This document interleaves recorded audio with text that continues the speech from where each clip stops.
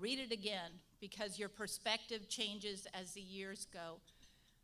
Shanna will change your perspective about what is possible in schools. And so, Shanna?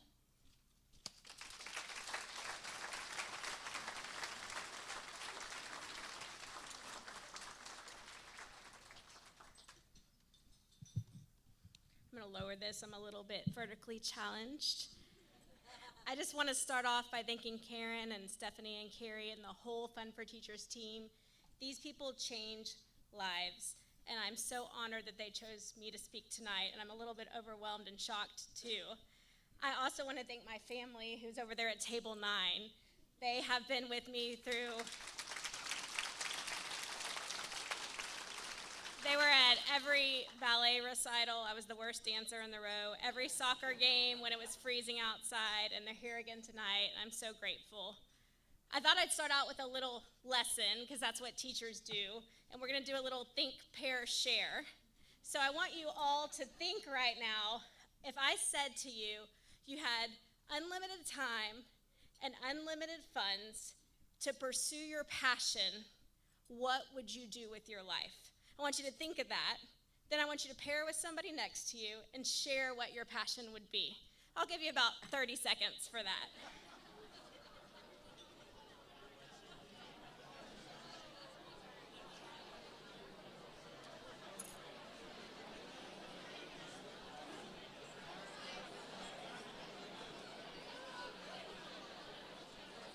And now I'll say, come back to me, come back to me. Just like I do in class. Come on back. I'll give you 3 seconds. 1, 2, 3. I'm obviously here today to talk about my passion, and the irony of me standing up here and talking about it being a teacher is not lost on me.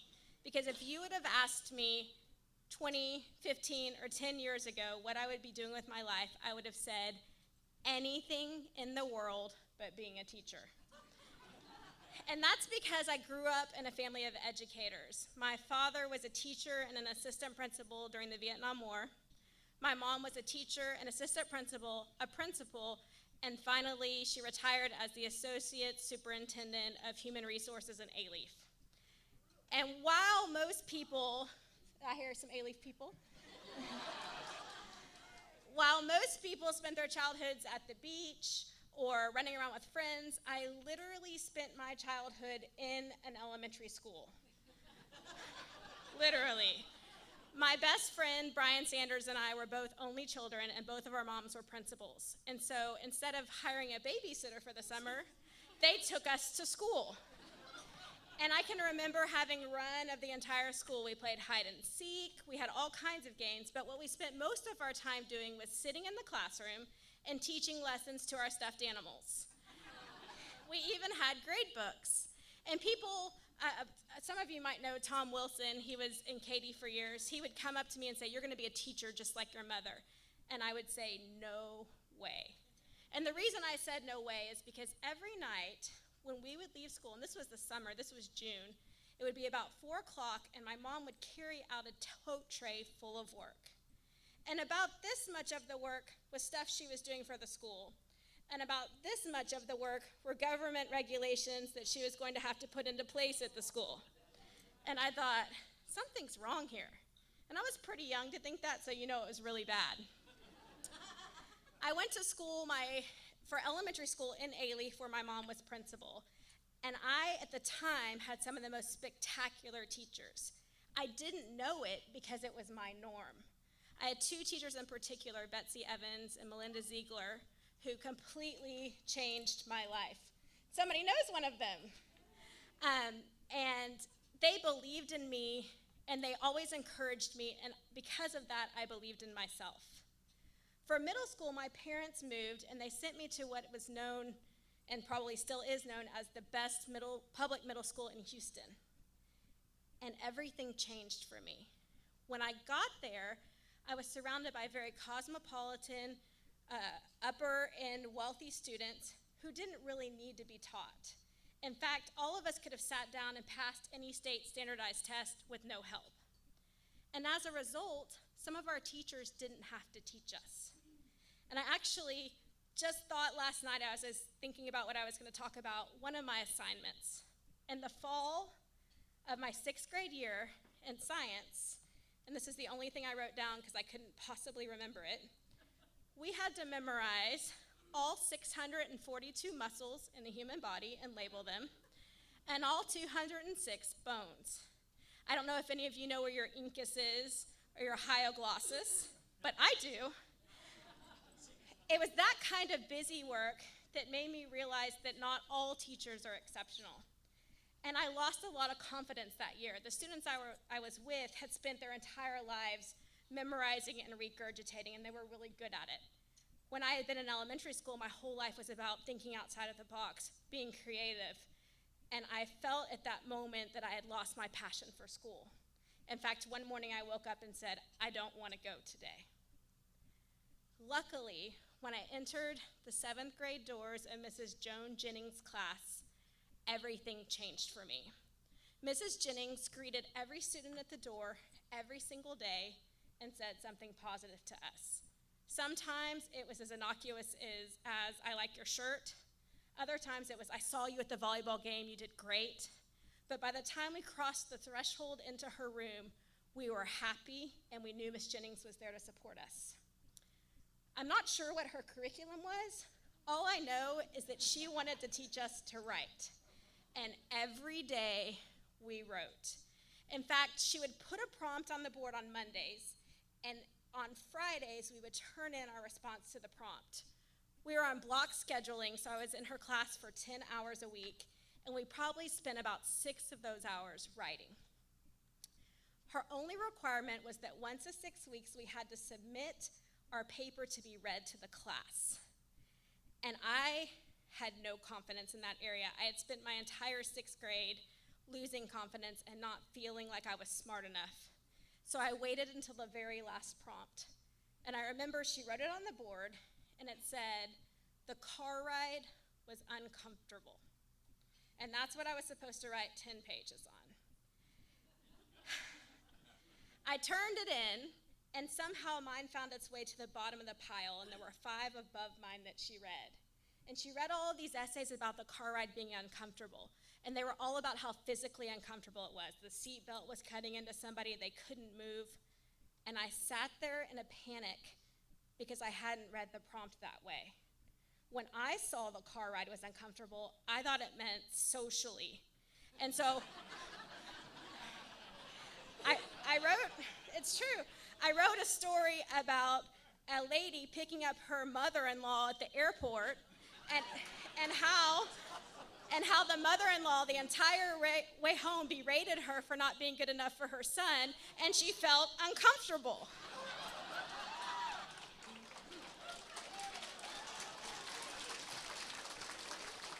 I don't know if that was art imitating life or not, if I had seen that somewhere before, but that's what I wrote about.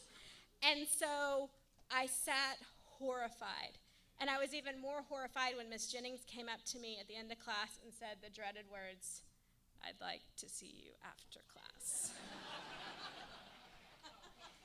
We were on the 2nd floor, and I thought about if I jumped out the window, if I would survive. But I went to see Mrs. Jennings because I was a rule follower. My mom was a principal. And she said to me, and I'll never forget it, she said, I can tell that I have been boring you this year. After I read this paper, I realized that you need to be challenged a little bit more. So for the rest of the year, I'm going to put you in the hall. And you are going to do 3 things. First, you're going to write a children's book. And then secondly, you're going to write 2 articles for a local magazine, and you're going to get them both published because you should be published at this age. And I did all 3, and it worked. I don't know how.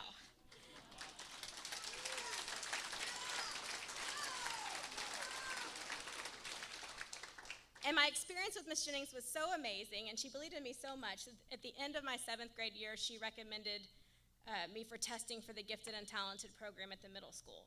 and somehow I qualified, even though I hadn't qualified the year before, which is weird, right? Either you're smart or you're not, but I was suddenly smarter. And my 8th grade year, I went into the gifted program, and it was like time stopped, and I was right back in 6th grade. My assignment in the gifted program, this is no lie, was we had to memorize the entire Constitution of the United States and then write it down. I'm not talking about the preamble. I'm not talking about the Bill of Rights. I am talking about all 4,543 words. Now, I know some of you history buffs might be thinking, there's 4,400 words, but we had to memorize all the names and the signatures too. I immediately stood up. Well, actually, I talked to my parents first. Then I went to the office, and I said, I want out of the gifted program. And I went right back to Miss Jennings' class for 8th grade.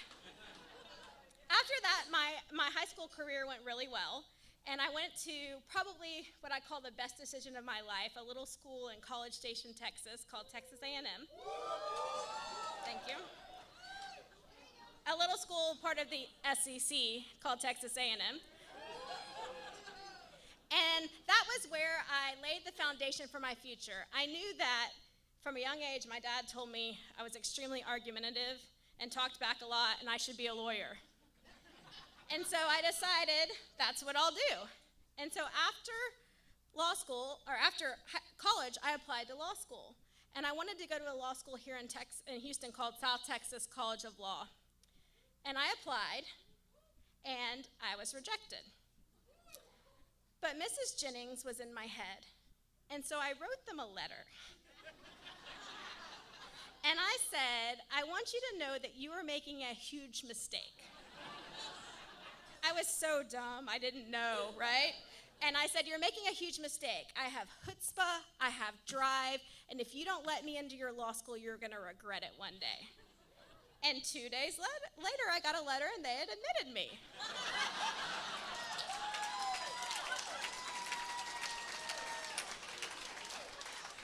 Mrs. Jennings had already paid off. I finished my law school career, and I went to practice corporate defense litigation, and I hated it. And not only did I hate it, it seemed like everybody in the office hated it. And in fact, the partners would stop me and say, you don't want to do this. They were driving around in Porsches and living in mansions, and they were saying, you don't want to do this. And they were right. And one of them said something really wise to me. He said, don't get stuck. If you stay here a little bit longer and you buy a house and you buy a car, you'll have to stay forever. And so I hear all the lawyers laughing because it's true.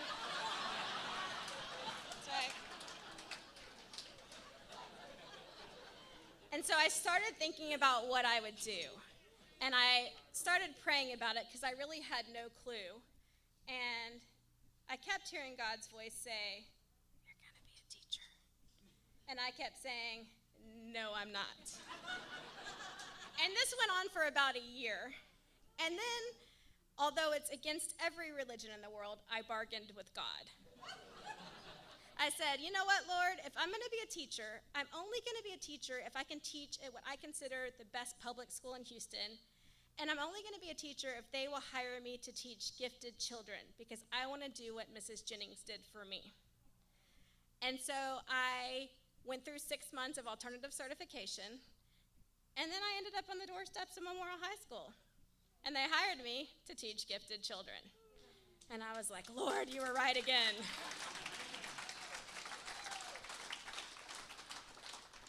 The funny thing is when I walked in that door, I was so proud of myself that I thought I was going to get in there and I was going to change kids' lives like Miss Jennings changed mine. But it took me about 1 day to realize they were going to change my life. I can picture my room perfectly. There was a little boy in a Longhorn shirt in the back who was afraid to speak. There was the class clown who, whenever he asked me if he could get a glass of water or go to the restroom, I would say, yes, please, because he disturbed everybody in the whole class. And then there was a little girl in the back of the room who cried every day because her boyfriend had broken up with her, and at 14, it's the end of the world.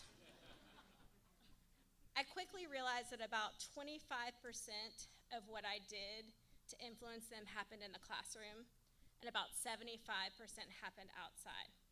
I attended all of their football games, all of their baseball games. I went to the hospital when they had concussions.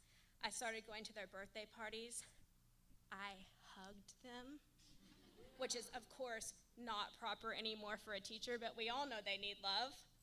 And because of that, they started to respect me and believe in me as their teacher. And once you get a kid to believe in you, they'll do anything. The challenge was that my students were so smart that I had to find a way to keep them busy and to keep them inspired. And sometimes that meant that all 30 of them were working on something completely different. I came to a point about 3 years in where I was teaching the Odyssey. And if you guys remember the Odyssey, you probably are thinking you hated it. How many people love a book that was, or a poem that was written and told in 900 BC? My gifted kids actually like things like that because they love this whole fantasy world, but they couldn't really relate to it. And I wanted to find a new way to teach it to them. And I heard about this place called Fun for Teachers. And they had a grant application. And I thought, the only way I can truly teach these guys the Odyssey is to go and follow Odysseus' route through the Mediterranean. And so I applied to study Greek mythology in Athens and then to follow the route of Odysseus. I spent over 40 hours on my application.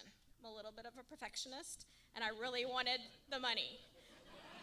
Because let me tell you something, and I know the teachers here can tell you this, we are dirt poor.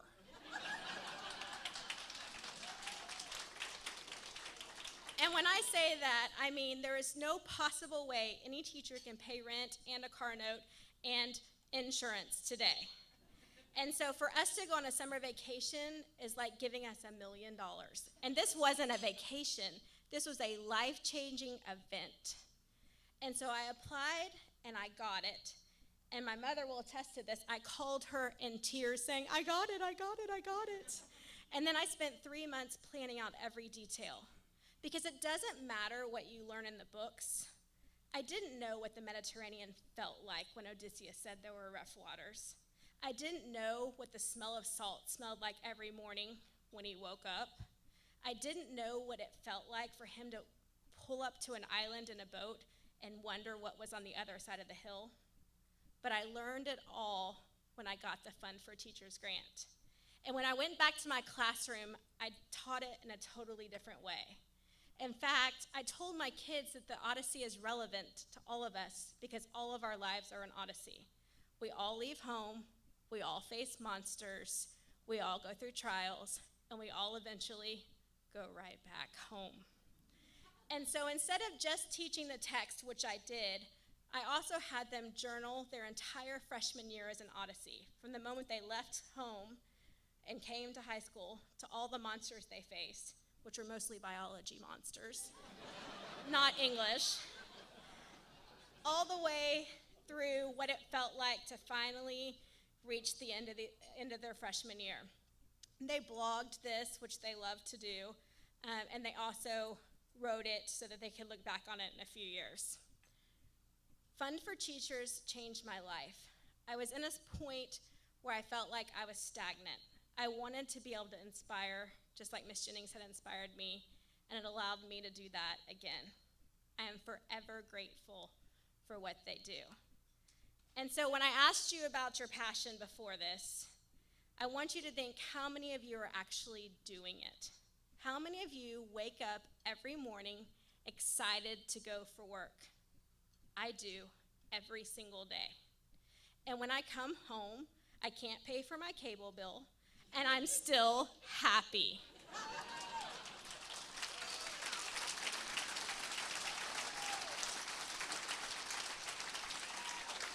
And so, just like I tell my students, when you go home tonight and your mom and dad at the dinner table ask you what you did today, please don't say nothing.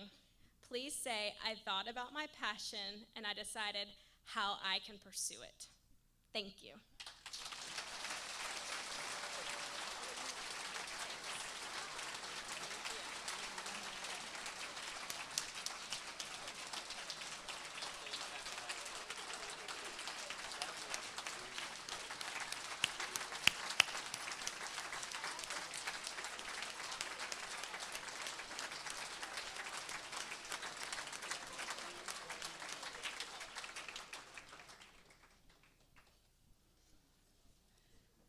Can't means won't.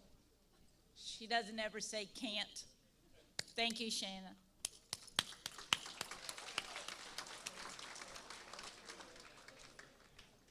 Well, I think it's really unfortunate, and I would love to be able to pay her cable bill, but we can't do that. But we're going to get Rusty Mertnick up here.